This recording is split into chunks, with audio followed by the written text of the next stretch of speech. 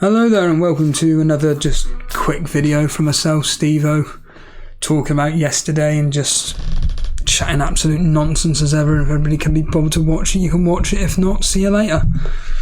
Yesterday was just an absolute disaster from my personal perspective. As you can see there, 9 points. Admittedly, I've had about 2 players playing, but yeah, I'm not going to be catching the ground on the players that kicked off yesterday in the likes of Estupinan and Mbeumo. As a simple example, there is no way in hell that's happening. So I'm just going to have to ride the wave and pray that something goes well today. Look, all of us make simple, basic decisions. There are some people that, I'm not going to lie, that shit themselves and can't make a decision for themselves. Because they're a tragic case of a human being where they just have no confidence in their own decision making, so they have to use someone else to tell them what to do. But there are others, like myself, Jason and many others, that do go through our own decision making. And I think that, look, my reasoning for instance, benching Estupinan as a simple example, the reasoning being is because Wolves looked okay against Man United. Turns out that Man United are just rubbish. And I thought that, Wolves at home last season, they were very, very good. So, yeah, why not? Why not just have a bit of confidence in them, a bit of faith in them? Maybe they get a draw against... Well, I predicted a loss. Admittedly, a tight game, 2-1. But as ever, the history came through again. I think next week, when I do the history, I'm going to really look into it and go, this team loves playing this team. To hell with it, I'm going to target them. As a simple example. And again, with the history, just a quick one on Man City. Newcastle can't score against Man City. Guess what happened yesterday? Newcastle couldn't score again. But yeah, obviously I went onto Jason's stream with the last half an hour of the games or so. And yeah, like I said, it was one of those where I felt that I'm just going to have to take this on the chin. I saw Jason in the Discord prior to the 3 p.m. kills. I think it was like about, 2:15, 2:30. And he said, I'm looking forward to the rage. Hopefully this is going to be a rage weekend. It's like, not really. I think the things that make me rage are when I expect something within reason to happen and the complete opposite happens. Basically, Man United. I sent Jason a message. I just said, look, just be honest with me here. How bad were Man United? Because I didn't watch the game. I was just listening to Mark Goldbridge. Mark Goldbridge, the fraud. He came out of a line the other day, and I thought, okay, fair enough. You made that opinion, and yet he completely went against that in yesterday. But I'm not going to say what it is. I may save that for total. In fact, I will save that for total Steve-O because that'd be more appropriate. But I'm slowly getting a bit bored of Mark Goldbridge regarding what I think it's slowly becoming, in my opinion, a bit fake. But again, I may say that for total Steve though. But anyway, I was listening to Mark Goldbridge and I was actually getting really quite confident that Man United may get something. There seemed to have been quite a few chances created within reason. Just Rashford and Fernandes couldn't take them for whatever reason. Garnacho wasn't finding the right pass. There wasn't a penalty given for some reason. Now, these things even themselves out. Wolves should have had a penalty last week. Man United should have had a penalty this week. Neither team got one. And yeah, to be listening into that and then finding out that brilliant, they get absolutely nothing in that game. And Tottenham just get, I saw the own goal because somebody on Twitter shared it No, it wasn't on Twitter, sorry, it was in Discord. Someone shared the video of Martinez' own goal, and you just got to laugh. You've just got to laugh at that, to be honest with you. Just ridiculous. And Tottenham win 2-0. By all accounts, Richarlison was a complete anonymous individual again. So any Richarlison owners, Matty T, get him gone now. You know, you look at the other matches that happen, you know, the likes of Fulham Brentford, history called it again. Now, admittedly, what did I say about the history? Read in it what you will, but you have to interpret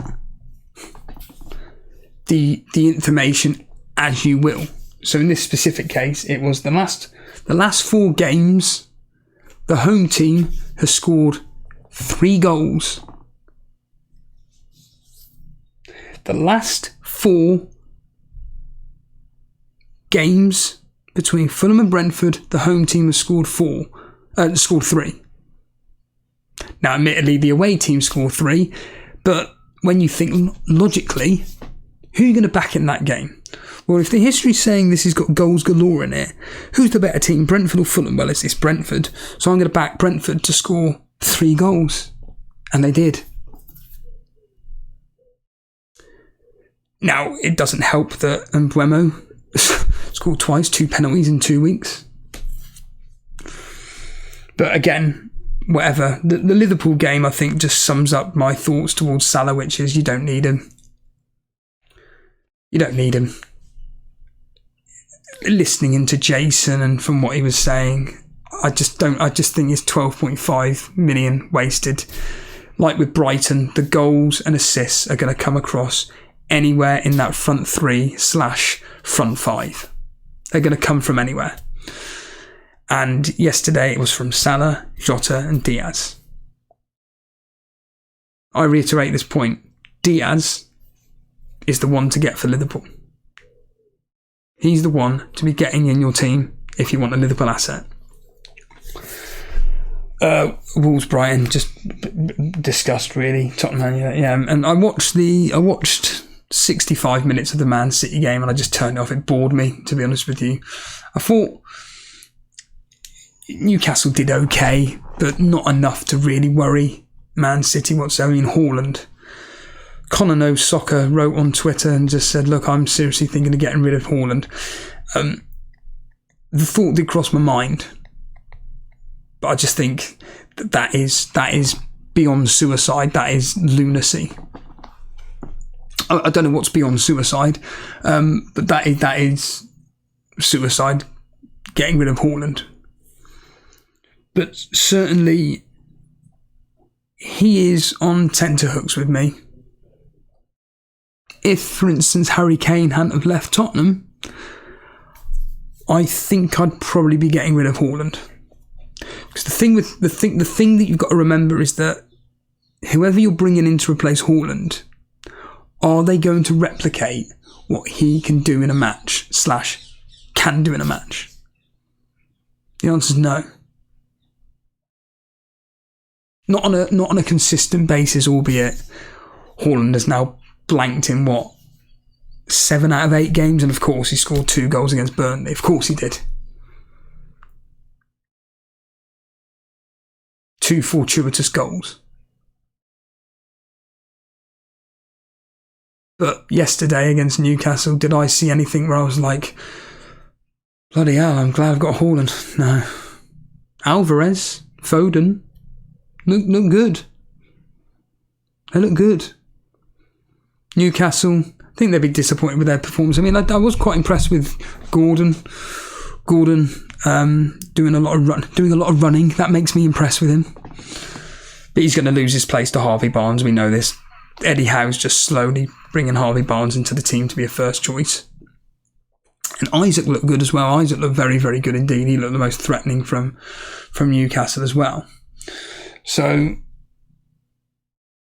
yeah, I'm just hoping today that, just to remind you, The history is going for today with Aston Villa to win 2-1. Chelsea to win 2-1. And then on Monday evening, Arsenal to win 3-1.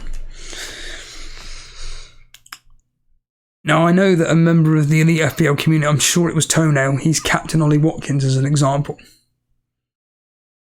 So I'm stating the bloody obvious here, but if Watkins can come through with a double-digit return, if Cash can come through with a clean sheet, just a clean sheet, I'll realistic with a clean sheet,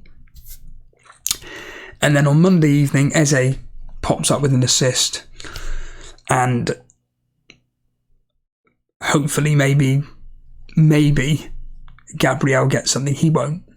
Gabriel ain't going to get anything. He's going to get 2 points. Saka and Martinelli, I'm stating the obvious, they can get attacking returns. Of course they can. They're very, very good players. But I think it's going to be a tight game, that one there. Like I stated, I think it's in Arsenal's favour because they've got better attacking players. And I do think they'll edge it. But certainly, I'm hoping Eze. All I want for my slight differentials is Watkins and Eze, just to return something, just to kind of get me on the even keel again. That's all I care about.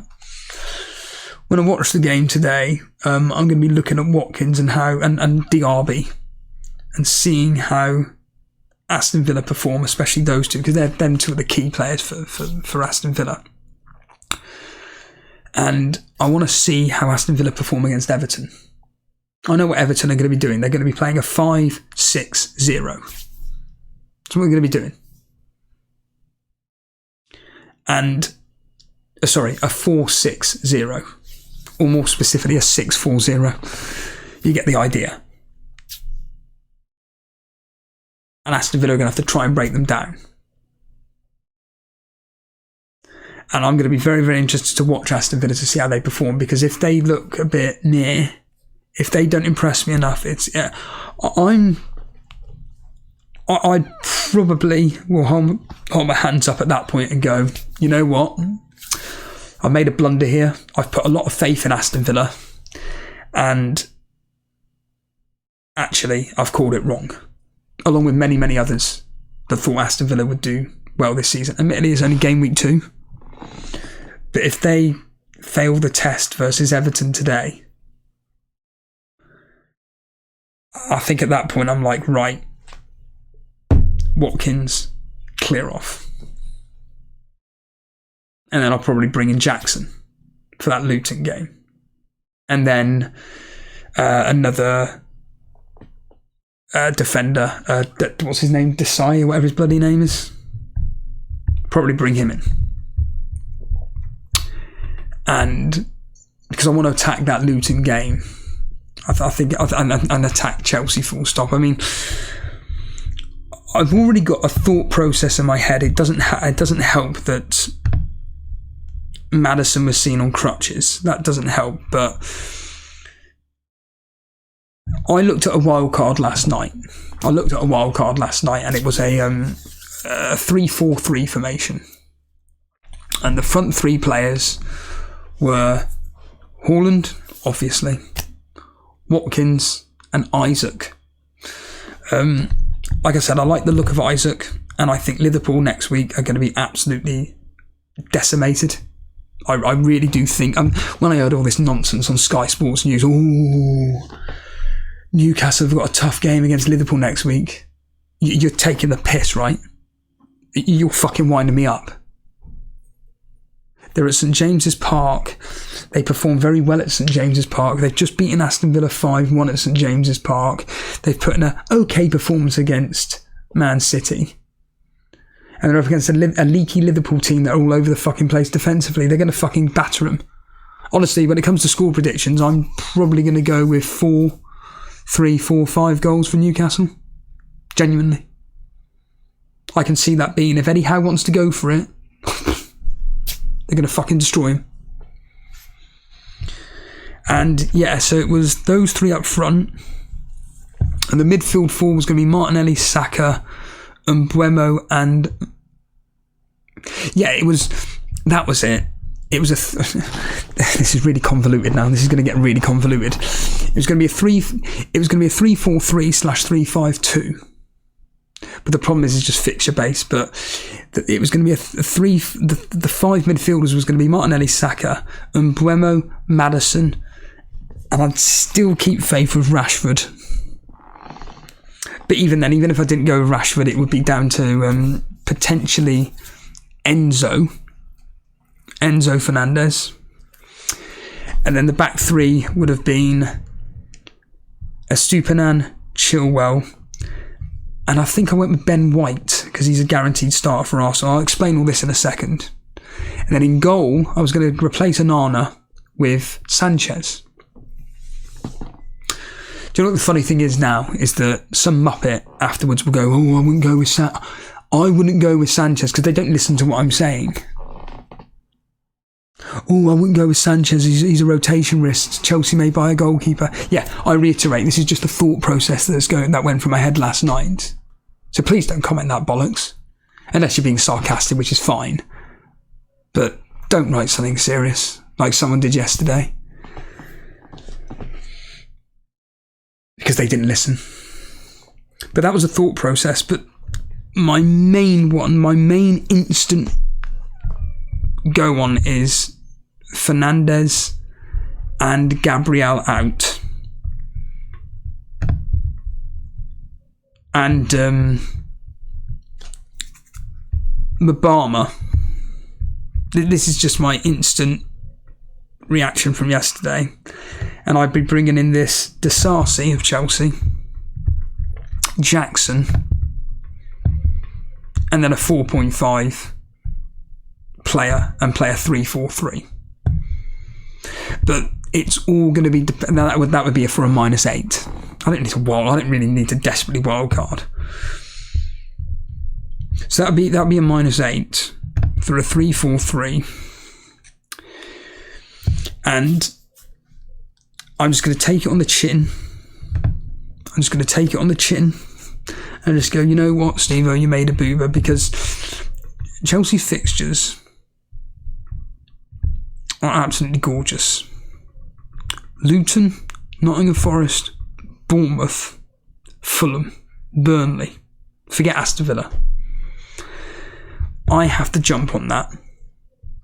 I'm just going to make up some score predictions now. Luton at home, I'll go with 2-0. Nottingham Forest at home, 2-1. Bournemouth away, 2-1. Aston Villa at home, 1-1. Fulham away, 3-4.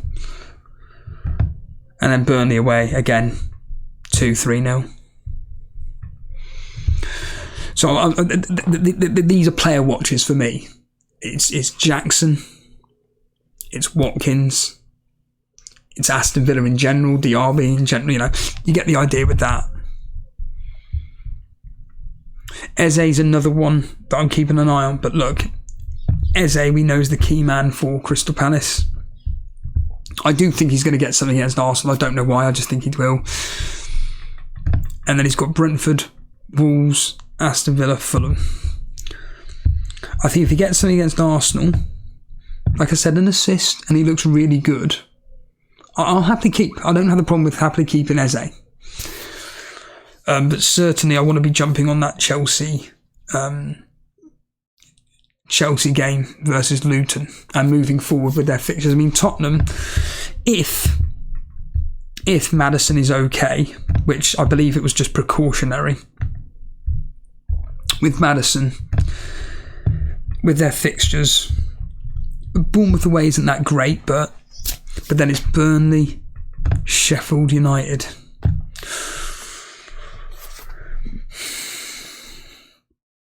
Could be the one, but I can hold off Maddison. I think that there are more pressing matters from my personal point of view. But certainly getting rid of Fernandez is a guaranteed one that I'm going to be doing this week. Absolute guaranteed. And that -8 is looking not too bad. It's not looking too bad. But I was going through